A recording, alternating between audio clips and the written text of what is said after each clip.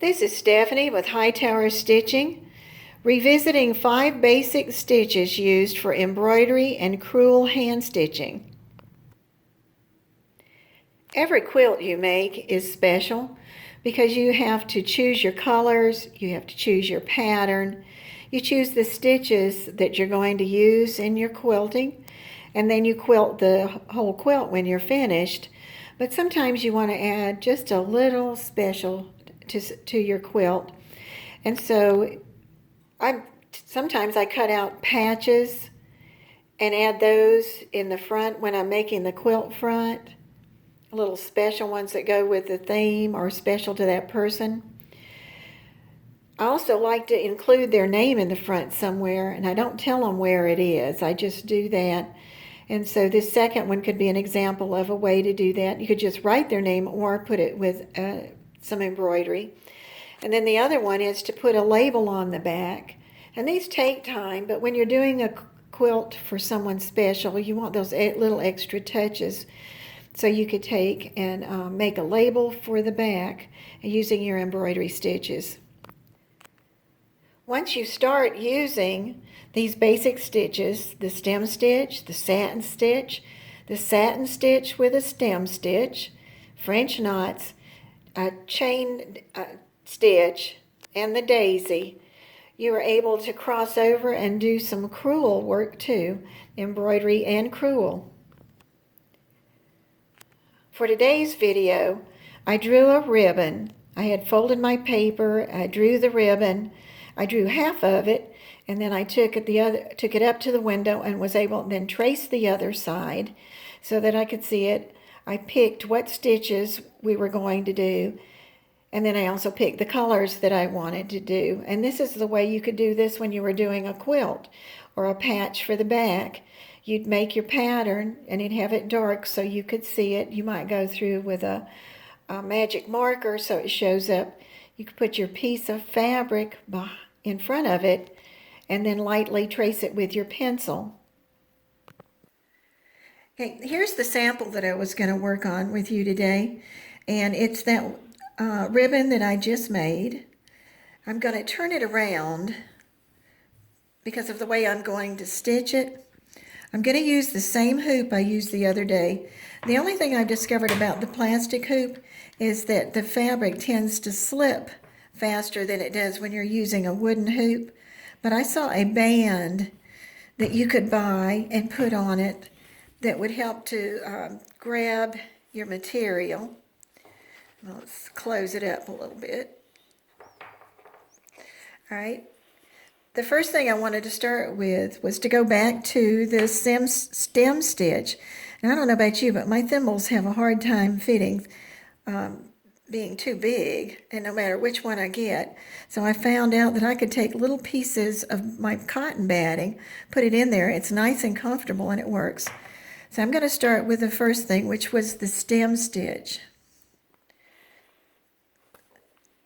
And you would have seen that on the other video. This is just going back and then adding on some pieces. I've come up through the bottom. Now this time I'm using 3 strands of the DMC thread. I'm going to go down and I'm going to come back up near that beginning hole. Doesn't have to be in this same place, and then go straight out with your thread. Now, if you remember, I'm doing this one a little different because my thread is held towards the edge of towards the hoop, because I'm going, look at the way the curve goes, and so that makes it better. So then I'm going to come out. Now, when it does that, just pull it back and go up. But you actually fit each stitch. It's not like you run 5 stitches and then go back and try to get them exactly right. You do each stitch one at a time, and you get the point. I go back down, I come back up over there, and this one down. This is really going good today. This has got 2 layers of fabric in it again.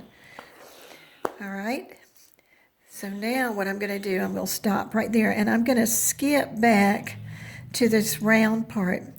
Now, we were talking about the satin stitch.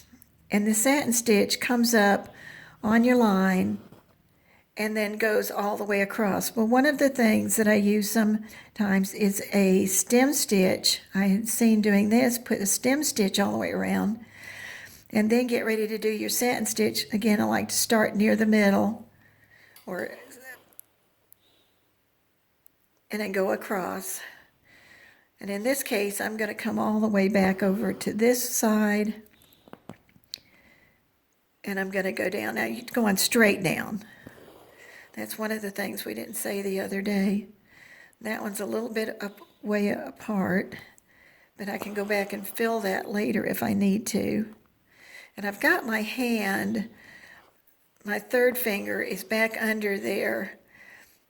I'm going to turn this over real quick. You can see I'm using my finger on the back to hold that in place and keep it from pulling it. And I'm going to come back up one more time, and you can see how nice that's filling in. When it's a big space, there's a limit to how wide you can make this doing it, but it seems that that extra line in there, that stem stitch that goes all the way across, makes a difference. And then you go down, and you can see how that's filled in, and when I rub it like we did the other day, you can see it's laying flat. Okay, the next stitch that I was going to do was the chain stitch. And once you master this, you'll be able to use it to do the daisy. The chain, you come up from the bottom, move the thread over under your thumb again. And this time you're going to do this funny thing with your hand. Tip your hand up here. You're going to go down near that spot, come up towards your body. That's a chain stitch. That's the first loop. Just think of a chain. Then do the next one. I'm going to go down in the same place where that one was. I'm going to come back out this way towards my body. And there goes the chain. Down towards me. Gently pull it. Everything with this is gentle, because if you get too rough, you'll start gathering everything, and you can't get that out when you get finished. So I'll go down one more time. All right. Now I'm going to take that same idea, and I'm going to do a daisy petal. I'm going to come up in the center. I'm going to go out. This time I'm going to go around, but I'm going to come down in the same. I'm going to go away from my body. Go down, and then smooth it. I'll rotate this a little bit. Do another one. Go around away from yourself. Go down. And that gives you your chain, your daisy stitch, and you do that all the way around. And the last stitch was just to go back to the French knot, which came up from the bottom. And you hold it with your left hand, or your right hand, whichever one you are. Wrap it about 3 times, makes a nice knot. If it's too little, you can always make them bigger, wrap them more if you want it finer than that. And there, it didn't go through, so it worked. Remember, if it goes through, then you just start again. Move over a little ways from it. Round 3.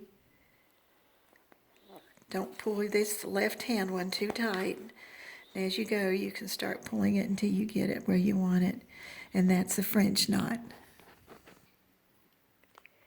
And now you have 5 or 6 good stitches that you could make some really pretty labels for the backs of quilts. You can put names in the front of the quilts.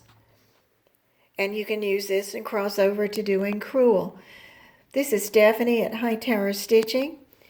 Thank you for watching this video. If you liked it, please subscribe and hit like.